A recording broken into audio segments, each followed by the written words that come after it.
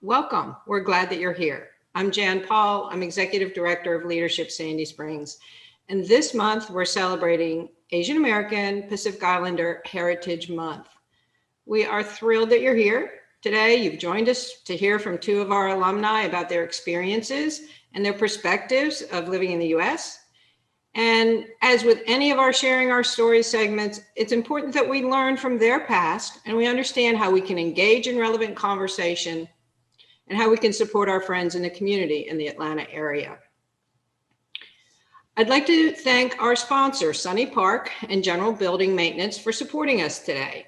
Sunny is a resident of Sandy Springs, and he's active on several boards and commissions. And among his many other civic contributions, Sunny founded the American Korean Friendship Society.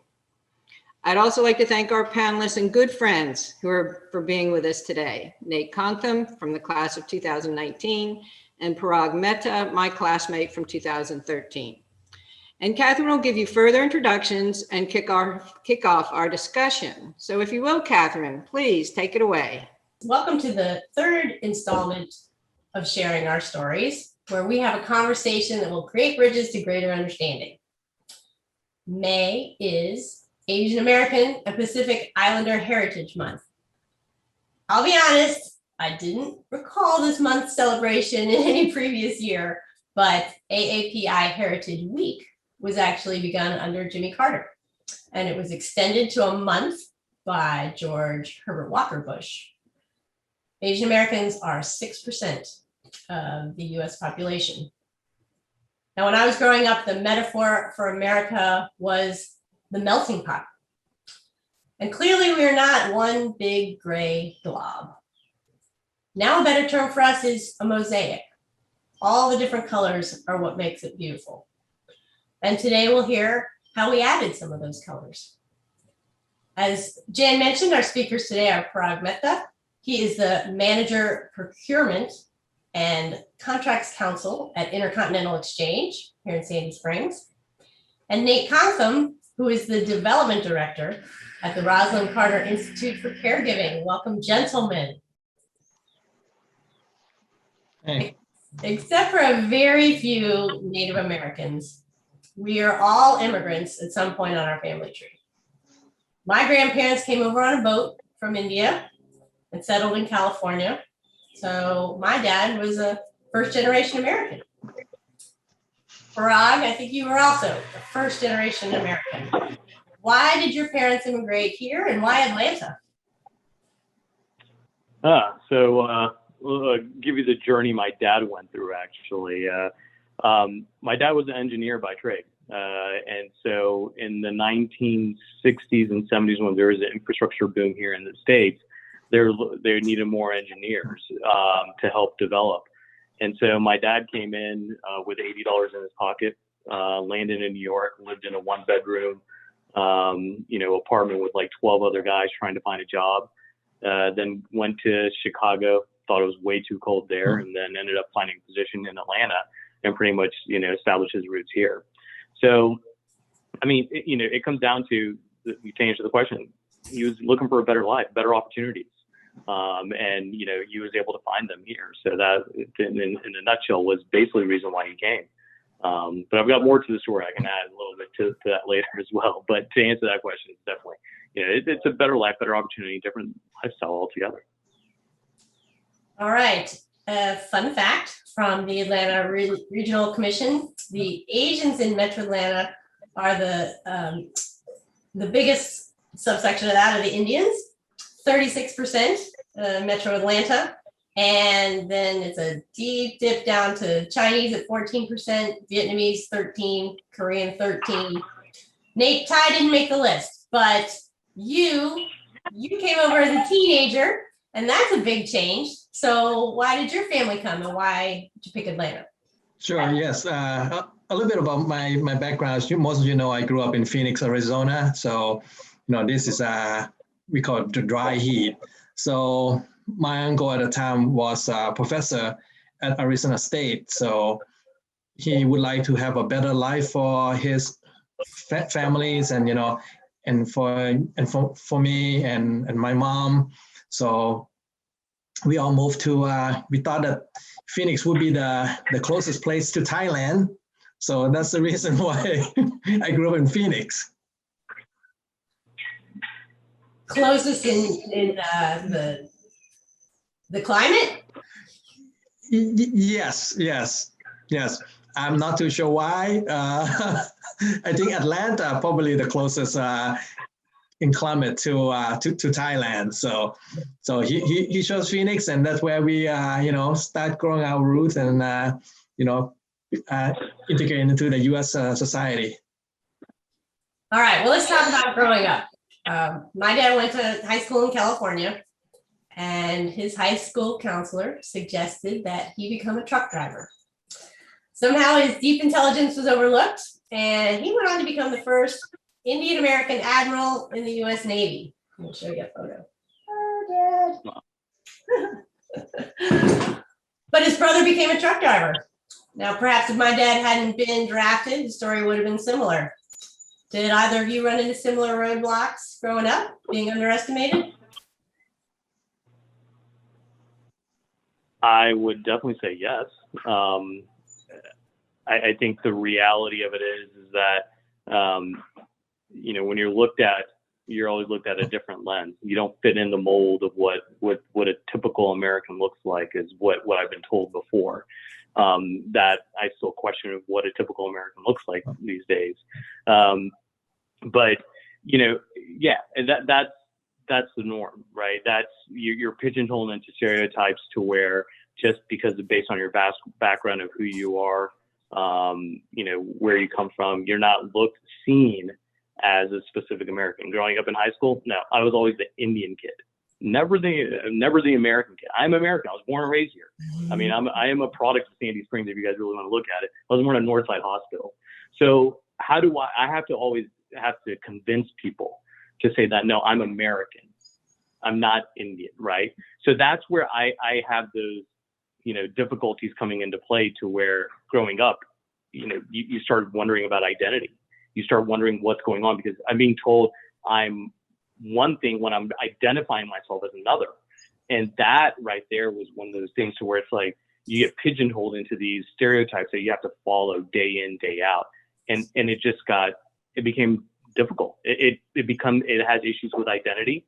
It has issues with, what opportunities there are. It really does have a negative impact on growing up as a result of what other people say and what they expect you to do and follow, when in all reality, you do have to pave your own path. But when you're at that young age, you don't know any better. And then when people start telling you those type of things, it becomes, that's what you feel like that's what you're supposed to do. When in all reality, you shouldn't be doing that. I'd read the story of this an actor, the Black man who grew up mostly in Nigeria, and he said it's a real difference when you grow up in a majority area. Just how you feel about yourself, right? You're always you're never the other. You're just always you. You don't even have to think about that kind of thing. Did you have any other Indians around? Did you have a little community? I mean, look, we had Atlanta has a large Indian population, right? It's very populous, and my dad was one of the first few Indians in Atlanta. I would say probably easily one of the first 100. I don't know how far back I can even take that even further, but in Atlanta, growing up inside the household, we're Indian, right? Like my parents wanted to keep the culture and everything, and wanted to make sure that we spoke the native tongue, which is great, and it has been very beneficial. So we would always go to other Indian friends' households and stuff like that, because there was also an aspect to where they didn't belong. And why I say that is because from the things that you hear today are the same things that my mom heard when she was going to work, and when people were telling her that she's stealing Americans' jobs, when all she was doing was just working just like anybody else and doing the same thing as anybody else. But she was trying to make a living for her family and her, me, my sisters, making sure we all grew up together. But, I would say it's a very tough, difficult, near and dear to my heart topic. the things that are said and how people actually look at me I'm always looked at as being Indian. And so that is what drove my identity and drove those things in me always being Indian. But in all reality, in my heart, I'm American. So I always go back to that thing over and over again. No matter how I speak, no matter how I look, I'm American just as much as anybody else.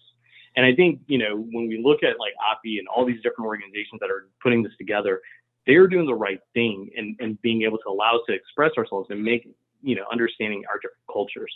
I know I went a bit on a tangent, so I'll defer to Nate on that. But Nate, please go ahead. Yes.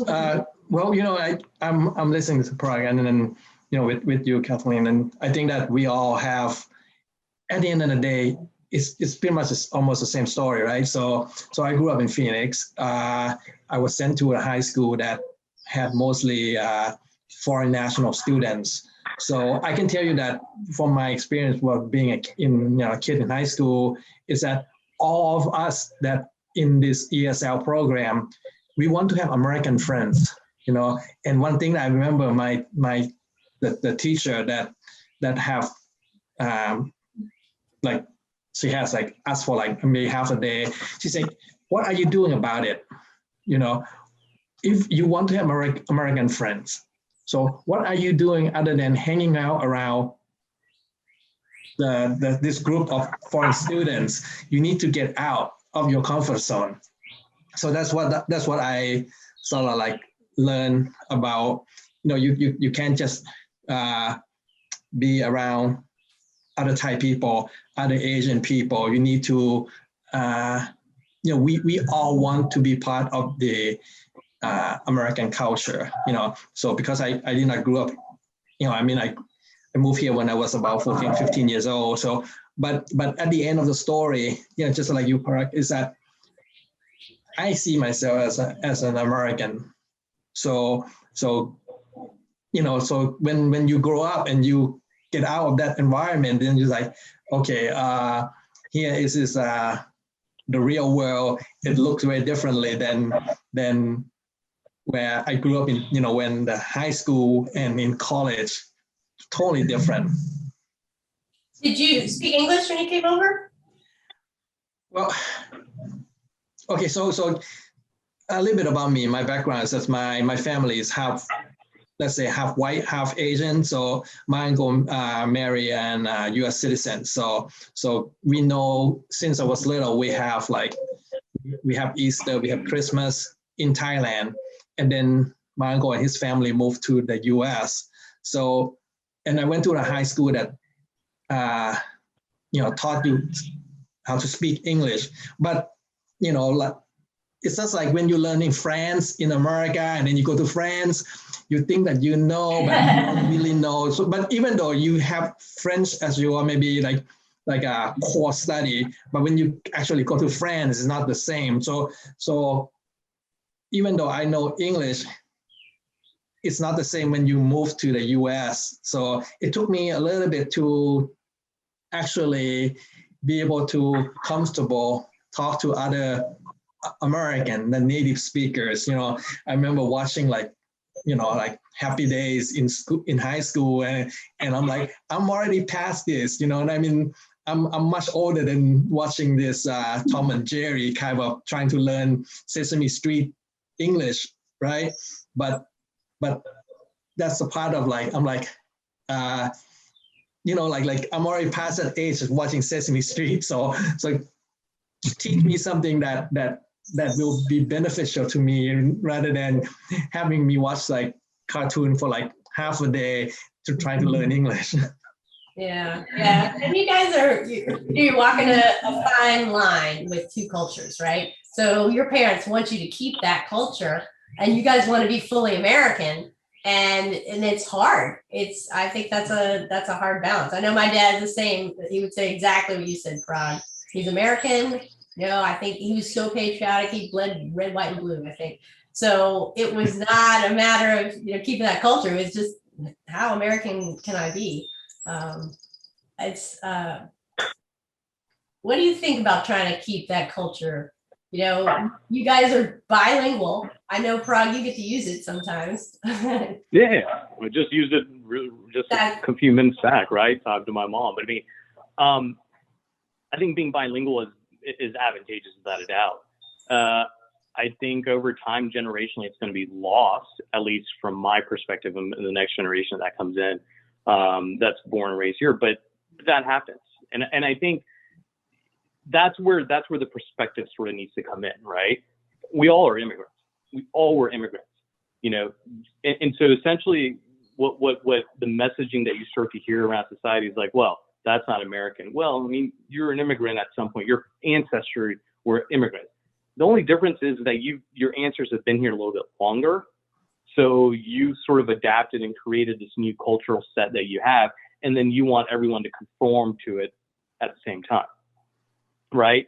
But it just doesn't work that way. Humans don't work that way.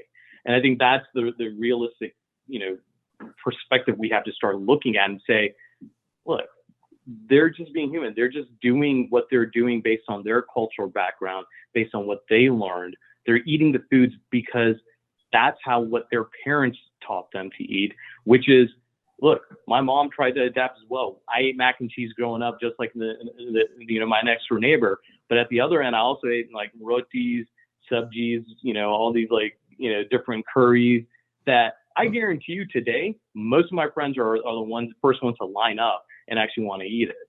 So I will say we're growing.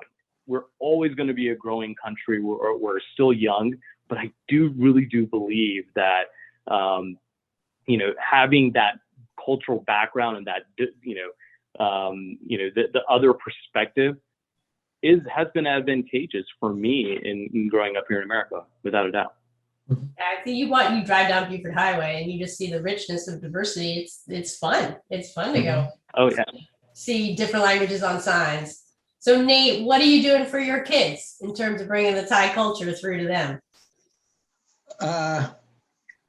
You know, I mean, I think I'm with Parag on that. It's like, you know, I mean, having the dual cultures, you know, what I like to do is I like to keep the best of both, right? You know, you figure what, you know, what's the good trait for Thai people, and you know, like some of the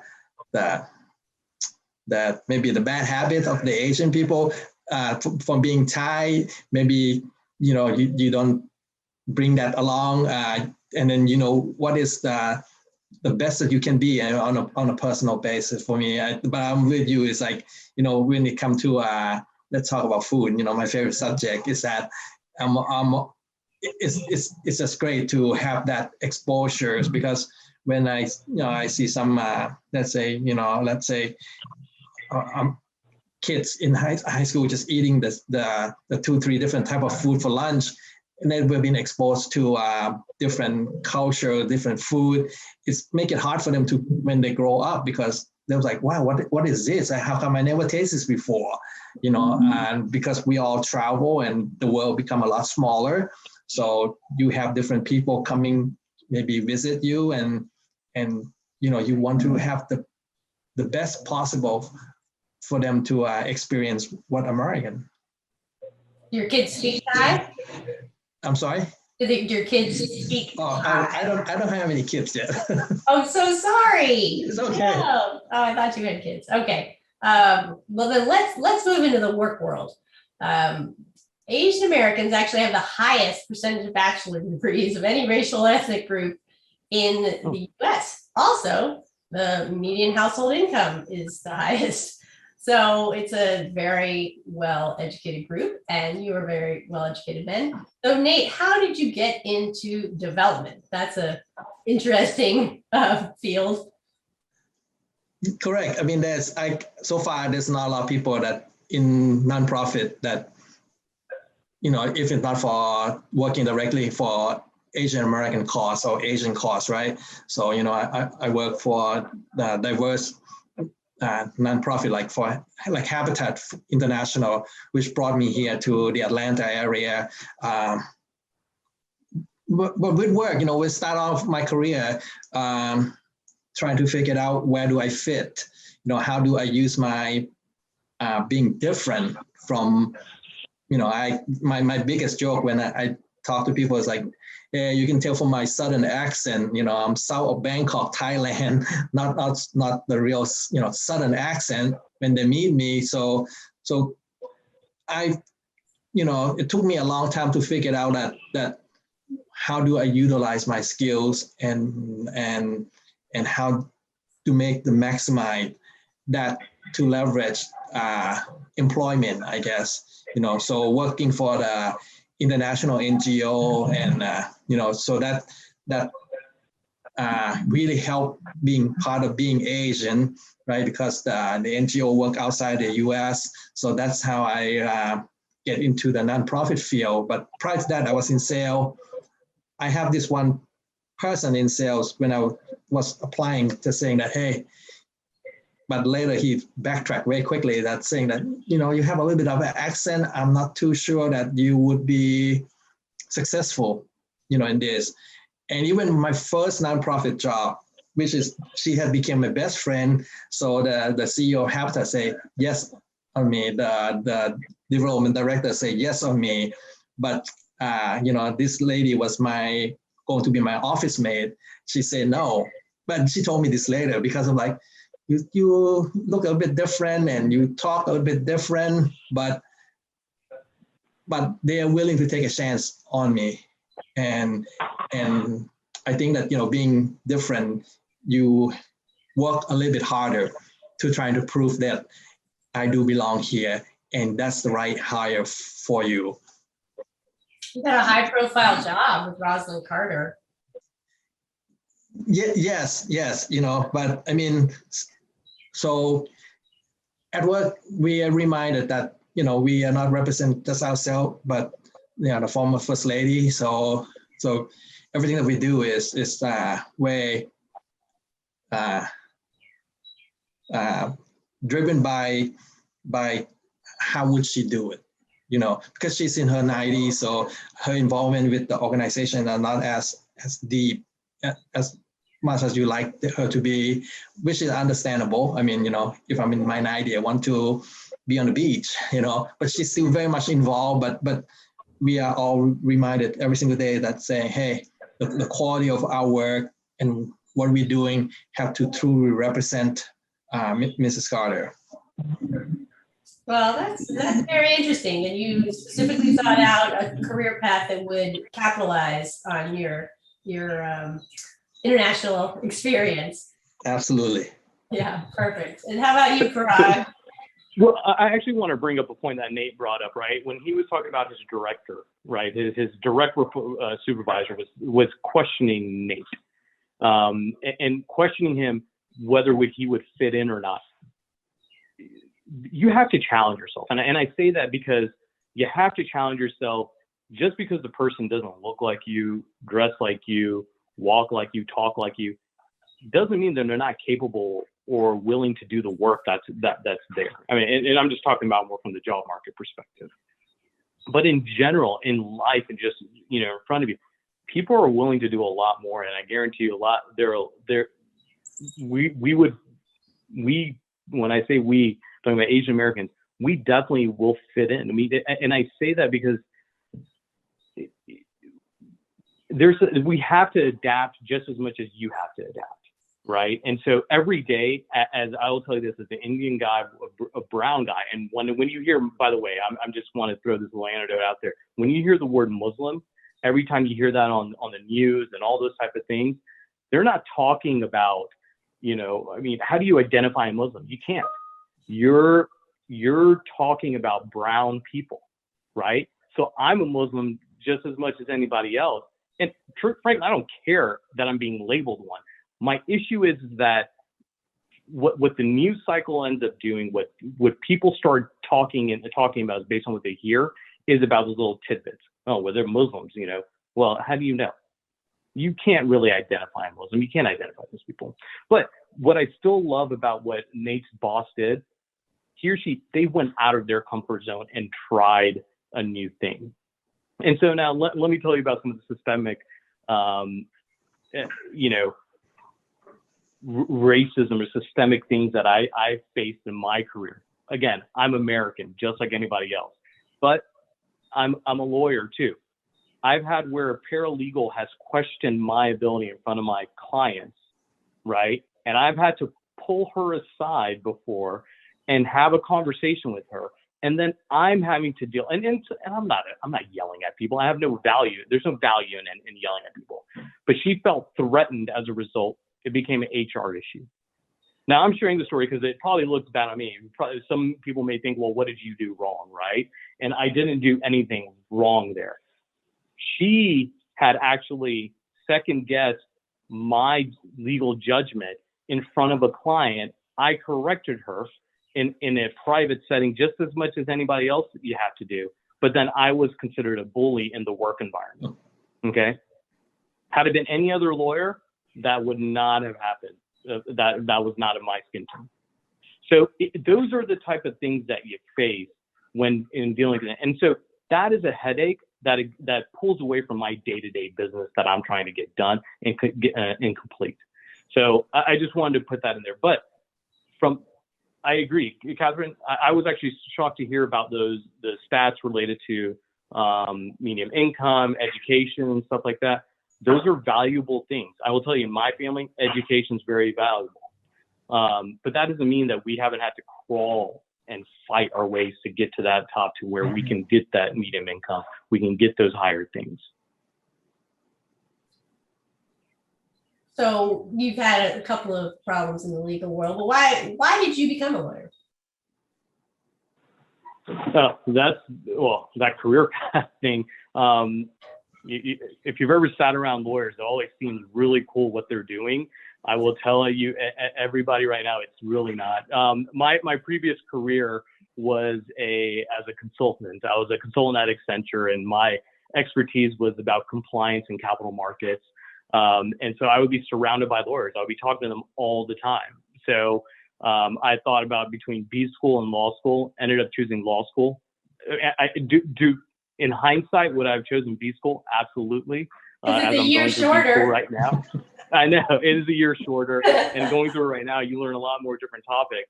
But no, law school was, the choice at that time. And I'll tell you this, I went into it blindly. I didn't realize how much, if you look at investment banking and legal, they are the hardest to get away from the stereotypes. Very difficult to get away from stereotypes. And those are, perpetrated throughout the industries to where every single time you're having to fight a stereotype. I was actually told one time to change my name to make it easier. And so that I never realized. I was like, why would I change my name? That's what my mom gave me. And to this day, I still think everyone can say Michelangelo, Donatello. We can get more, names that have a lot more syllables. But I go, you can't say Parag.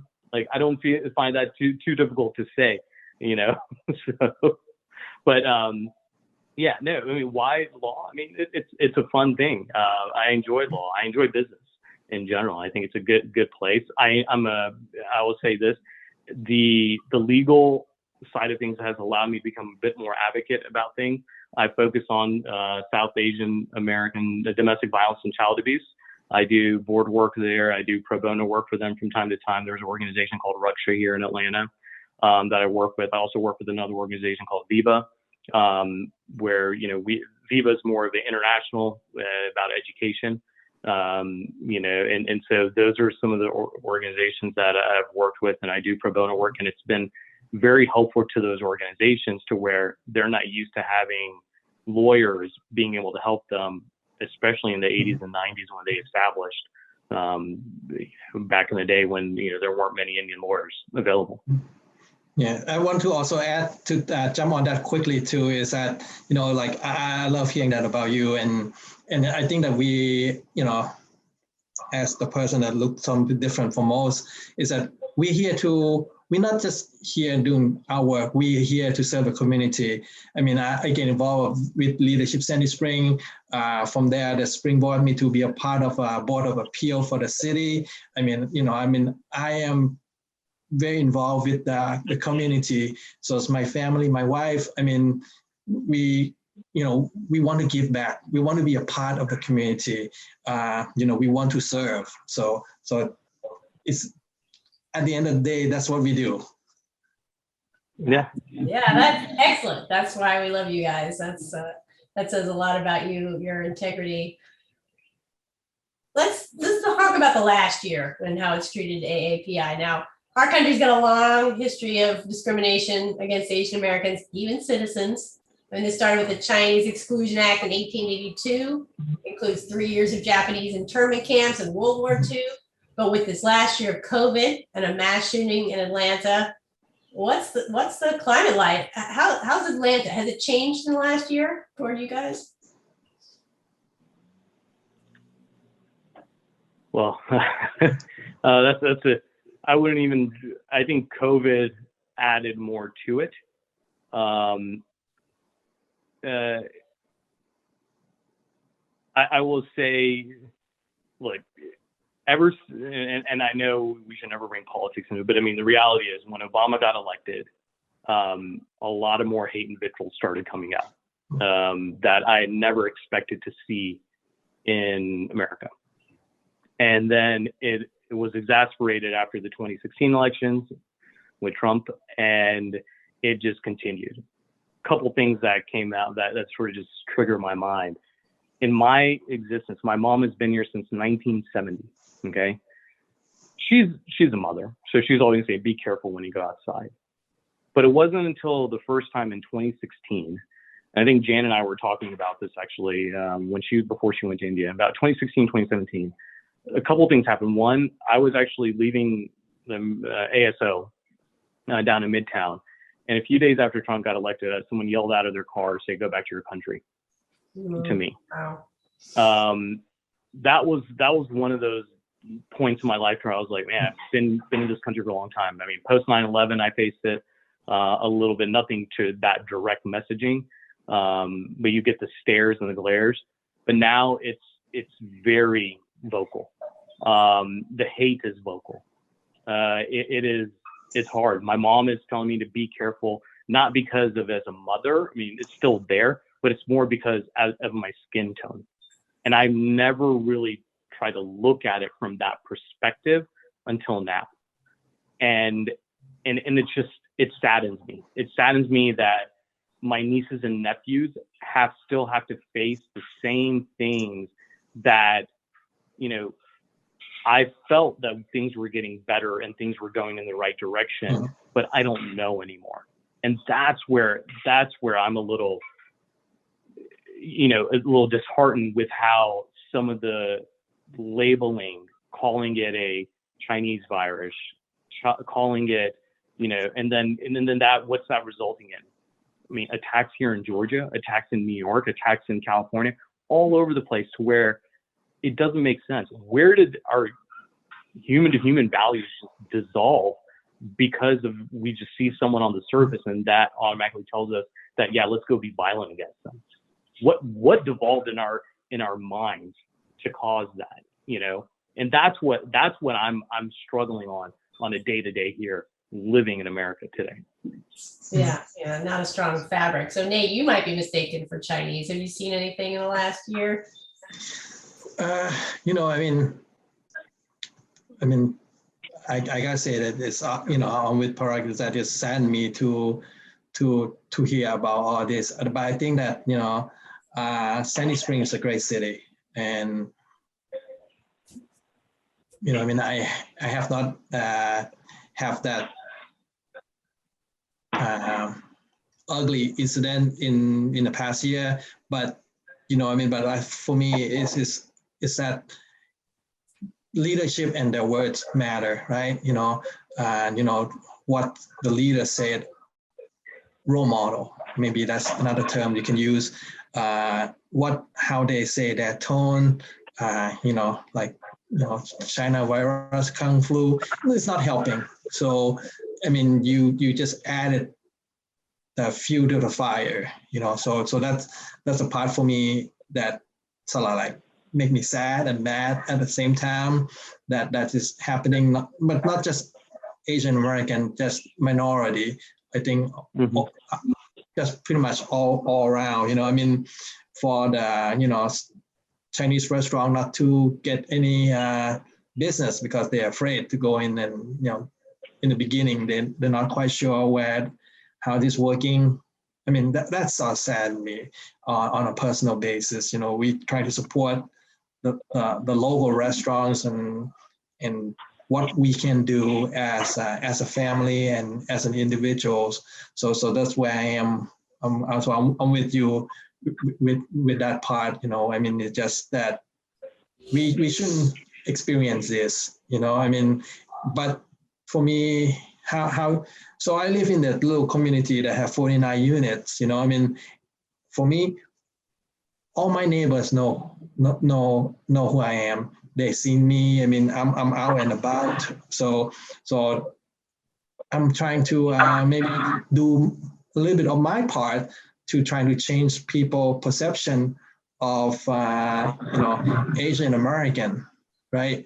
Because we're here. My wife out there helping in a community service day, things like that. So we're trying to do what we can to change one people perception of Asian American. Yeah, get to know your neighbors. It helps. And I guess, I don't know that you're trying to change your perception of Asian Americans, but maybe just change the perception of Americans, that it is this broad colored fabric, and that it's something to be celebrated. I think fundamentally, your parents coming from different countries, we pretty much want the same thing in life. We want our home. We want it to be safe, education for our children. We want to be employed. It's so much that we have in common, and then our differences aren't necessarily fighting factors. They're just differences. The food you enjoy, or how you spend your weekends. It's I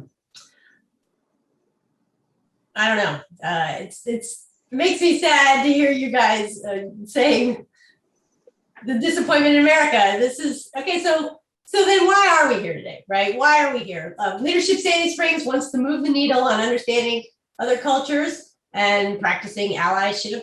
There was a federal hate crimes bill passed, but that's mostly passive. It's a lot of reporting on hate crimes. According to one source I read, most of the problems with Asian Americans are incidents and not crimes. So racial slurs, things of that nature.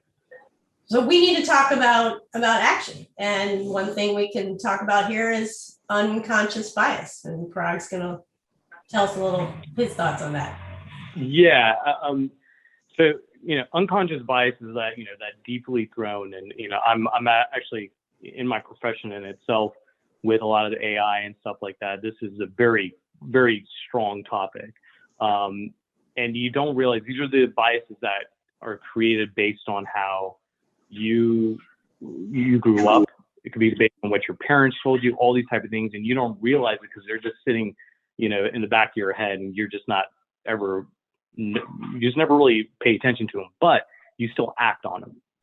And so what ends up happening is Harvard's now come out with these professors are looking at unconscious bias, and they're looking at training. And Harvard, I think Catherine put in the link to where you can start looking at taking these tests, and that actually tell you where your biases lie, your unconscious biases lie. And there's nothing wrong with it. I've taken the test multiple times and trying to see how I can improve myself. And I've actually moved the needle almost to the point where the needle keeps changing. I won't divulge the results because then they're going to use it to attack me. But they're very much where you're constantly trying to move, and even trying to better myself so that I'm looking at things from a neutral point of view, not looking at race, culture, biases that I may have in the back of my head. I'm actually trying to look at them just from, what's going on? All right, there's a problem. Kids are having a fight. How do you resolve it? Don't look at it who's the guilty kid before, approaching it. Just look at them like these are two kids who are, both rambunctious and probably high on sugar and, running around, and you just got to figure out how to solve the little issue that's in front of them. Has nothing to do with their race, has nothing to do with their upbringing. It's just they're kids. right? Those are the type of things that you want to start looking at. And so, how can you help yourself? I think knowing what those unconscious biases are really do help you sort of understand perspective and start coming up with ideas. How can I better myself, and start looking at those future articles? Yeah, we all have it, and we all have it, and we just have to look at it and learn. When I was in the military, I swear it was the tall guys. They just got way more respect because they were tall, and that's just an unconscious bias, right? Because you get this impression, you're thinking, oh, that's the guy, but what if it's the short girl? So it's really helpful to look at that. I highly recommend Whistling Vivaldi as a book. It is not an academic read. It's very accessible, and that it'll help you again just address what's there, just to help us grow. I'm going to recommend a series on Netflix called Amend. That is, it's about the 14th Amendment, directed by Atlanta's own Kenny Leon, narrated by Will Smith. It is a 6-part documentary, but the last part focuses on immigration. And I think we need to confront our history in order to understand our present. I'm going to give you another link to a nice summary of anti-Asian racism in the so much good stuff has come out in this AAPI month. Now, another thing, vote with your dollars, right? So if we can support some Asian-owned businesses, that would be good. Nate, you're going to give us some restaurants that you like. Absolutely. Well, if you are in Sandy Spring, you're looking for some great Thai food, I would recommend the new Banana Leaf, where the Croco shopping plaza on Hammond. Very good. I would recommend that. And they're new to the area. But if you really want an authentic Thai food, they have to go a little bit further into a Beaufort Highway. This place called Tum Pok Pok, TUMPOK. Absolutely. That is like, Thailand, like slapping you in the face if you want that experience. Real Thai food, real spicy, one flavor, spicy, right? And so if you like that's a good place. The owner of that, FYI, the owner owned Crab 404, something like that, and Scoville Chicken and Bangkok Time, and they're opening a new Thai restaurant right here at the State Farm building in Hammond, just on the other side in Dunwoody. Unfortunately, just barely crossed Dunwoody on the other side at the State Farm building. So that opening soon. So that would be another good place to go. Tum Pok Pok got a good write-up in the Atlanta magazine, and I went on Sunday. It was delicious. Nice.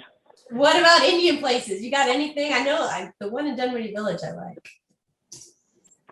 There's one in Dunwoody. I mean, look, Indian restaurants are going to pop up left and right now these days, which is a good thing. I mean, I'll tell you this, the evolution back in 2000, I can remember finding an Indian restaurant when I was traveling for work all the time.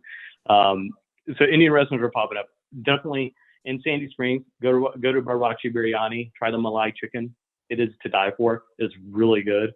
It's right over there at Roswell and Abernathy. Haven't been there in a while, but definitely it's a great spot. Beyond that, if you guys want some authentic Indian food, go to Decatur, okay? Go to Patel Plaza in Decatur. It is delicious. Like, you can get some of the most authentic Indian food right there and then, and they will make it for you fresh, and you guys will love it. I mean, so many flavors will come out of any of those restaurants. And of course, if you want to head up to Alpharetta, they have it up there too now, Patel Plaza. And it's starting to, I mean, like I said, like compared to where we were in the 2000s to where we are today with the Indian population growing, there's a lot more Indian restaurants. So most of them that you go to, they're going to be fine, but just go support them. And most of your gas station, most of your, gas station, hotels, restaurants, all those things, those are mainly owned by South Asians. And there are a lot of organizations behind them to keep promoting that, to get people to come in and actually stay with us. So cool. Okay, we're nearing our end of our time, and I'm going to leave us with a quote. This is the memo by Minda Harts, and that's about getting women of color into the workplace and doing well. But there is a chapter for white people, and this is a quote from that. I think many people wear the ally badge without doing anything to earn it. Being an ally means you actively helping groups of people that are underrepresented. So that's the challenge that I'm going to leave our viewers with today. That this is active. This is upstanding. This is go make your voice heard in some way, shape, or form. I want to thank Parag and Nate for joining us today. Jan, do you have a few last words for us? Thank you. You shared from your heart. You shared what it's been like growing up here. You've talked about the important things that we face today and how that impacts you. And you gave us a lot of great tips on how to experience culture through food. And so there's been a range of emotions personally for me to hear your stories, to go through everything that you've said.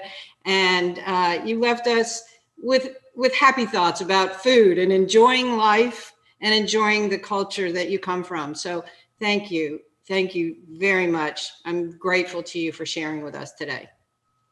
Thank you everyone for coming. We're glad you joined us. This has been great. This has been fun hearing the stories. I've gotten a couple of messages saying thank you and how much they've enjoyed your stories today. So Parag and Nate and Catherine, thank you very much. And that's it for today, folks. We're glad you joined us.